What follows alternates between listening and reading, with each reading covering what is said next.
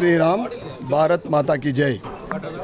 మొట్టమొదటిగా మేడే శుభ సందర్భంగా ఇందూరు నగర ప్రజలకు, కార్మికులకు అందరికీ కూడా భారతీయ జనతా పార్టీ తరఫు నుండి శుభాకాంక్షలు తెలియజేస్తూ, పార్లమెంట్ ఎన్నికల్లో భాగంగా ప్రతి ఇంటింటికి మోడీ ఈరోజు 9వ డివిజన్లో ప్రతి ఇంటికి ప్రచారంలో భాగంగా స్థానిక కార్పొరేటర్ సాయి వర్ధన్, నాయకులు నాగరాజ్, సాయి, కిరణ్, చంద్రకాంత్ మరియు మారుతి, అంబాదాస్, వెంకటేష్ మరియు నాయకులు, కార్యకర్తల ఆధ్వర్యంలో మేము ప్రతి ఇంటికి కూడా మోడీ గారి కరపత్రం తీసుకెళ్తూ ఉంటే ప్రజలు సంతోషంతో మాకు ఆహ్వానిస్తూ ఉన్నారు. తప్పకుండా కంప్లంపు ఓటేస్తాము, భారతీయ జనతా పార్టీకి పెద్ద మెజార్టీతోటి ఇందూర్ అర్బన్లో గెలిపిస్తామని మాట ఇవ్వడం జరుగుతూ ఉంది. ఎందుకంటే అభివృద్ధి అంటే భారతీయ జనతా పార్టీతోటే, ధర్మం నిలబడాలన్నా కానీ భారతీయ జనతా పార్టీతోటే. ఈరోజు దేశము అన్ని రంగాల్లో అభివృద్ధి పదంలో ముందుకు తీసుకెళ్తుందంటే గత 10 సంవత్సరాల మోడీ పరిపాలన ప్రజలందరూ కూడా హర్షిస్తూ ఉన్నారు. అంతకుముందు 10 సంవత్సరాల యూపీఏ గవర్నమెంట్ కాంగ్రెస్ ఆధ్వర్యంలో 12 లక్షల కోట్ల అవినీతి. ఈ 10 సంవత్సరాల్లో ఒక అవినీతి లేకుండా ఈ ఎన్డీఏ ప్రభుత్వం నడుస్తూ ఉంటే వీళ్ళు కాంగ్రెస్ వాళ్ళు ఎక్కడికల్లో బుడుబుడుకులో పుట్టుకొచ్చారు. నోటుకు ఓటు జైలుకు పోయి వచ్చిన ముఖ్యమంత్రి రేవంత్ రెడ్డి భారతీయ జనతా పార్టీ ఎదుగుదలని, ఈసారి తెలంగాణలో అత్యధిక స్థానాలు భారతీయ జనతా పార్టీ గెలుచుకుంటుందని అన్ని సర్వేలు చెప్తా ఉంటే ఎన్నికల తర్వాత కాంగ్రెస్ పని అయిపోతుంది. బీఆర్ఎస్ అయితే ఖతమైపోయింది, వారి ప్రభావం తగ్గుతుంది. ఎందుకంటే వాళ్ళు ఇచ్చిన 6 గ్యారంటీలు అమలు కాని అబద్ధపు హామీలతోటి గెలిచిండ్రు. ఒకసారి ఈ 5 నెలల్లో ఒకటంటే ఒకటి వాళ్ళ 6 గ్యారంటీలు కానీ 420 హామీలు కానీ ఏది కూడా అమలు కాలేదు. ప్రజలు ఒక్కసారి తప్పు జరిగింది, తప్పకుండా మా ఇంటి పెద్ద, మా ఇంటి తండ్రి, అన్న తమ్ముళ్ళు అని భావించి నరేంద్ర మోడీ గారికి ఓటేస్తామని ముక్తకంఠంతో ఎక్కడికి వెళ్ళా కానీ వారు హామీ ఇస్తూ ఉన్నారు, చెప్తా ఉన్నారు. ఇక ప్రజల దృష్టి మరల్చడానికి భారతీయ జనతా పార్టీ, మచ్చలేని భారతీయ జనతా పార్టీ ప్రజల కోసం, దేశ అభివృద్ధి కోసం పనిచేస్తున్న నరేంద్ర మోడీ గారి పైన, భారతీయ జనతా పార్టీ పైన బురద చల్లుతూ ఉన్నారు. భారతీయ జనతా పార్టీ అవినీతిలో ఛాంపియన్ అంటారు. అసలు అవినీతి పుట్టిందే కాంగ్రెస్ నుండి. కేర్ ఆఫ్ అడ్రసే కాంగ్రెస్. అవినీతి కేర్ ఆఫ్ నిజామాబాద్ అంటే కాంగ్రెస్ వాళ్ళ ఇంటికే పోతుంది ఆ పోస్ట్కార్డు.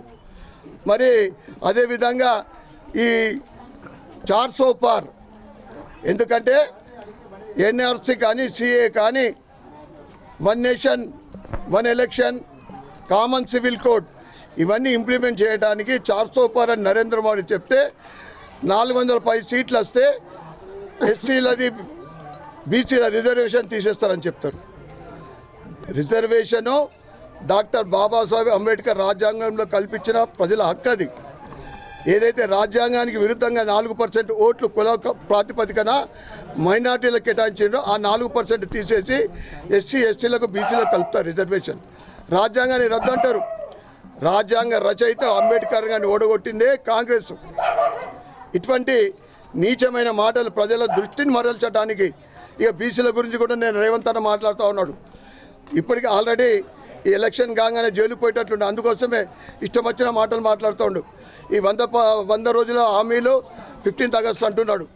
రైతులకు 2 లక్షల రుణమాఫీ, మహిళలకు 2,500 రూపాయలు, నిరుద్యోగ భృతి 4,000, ఇవన్నీ ఒకటి కూడా చేతగాక 15th ఆగస్టు అంటాడు, 17th సెప్టెంబర్ అంటాడు.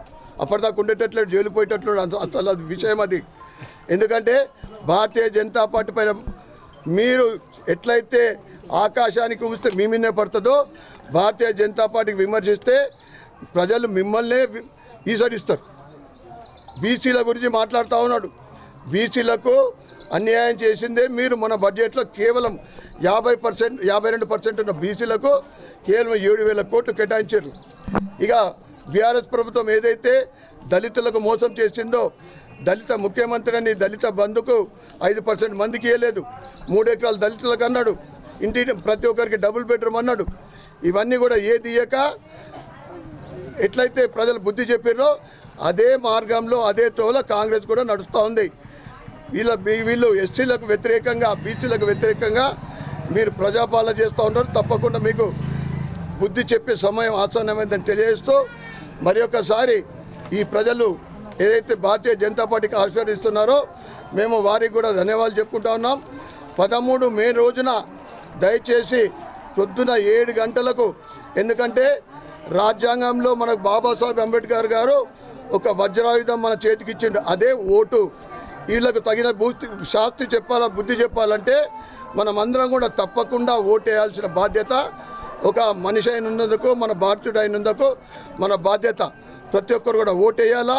మన పిల్లలు వేరే ఊళ్ళో ఉన్నా కానీ ఆ రోజు తప్పకుండా పిలిపించి ఓటేసి భారతీయ జనతా పార్టీని గెలిపించాలని మీ అందరికీ కూడా మేము చెప్పుకుంటూ మరి ఒక్కసారి ఇంటింటికి వెళ్ళినప్పుడు వాళ్ళు ఇస్తున్న విశేషమైన స్పందనకు వారందరికీ కూడా ధన్యవాదాలు చెప్పుకుంటూ భారత్ మాతాకి జై.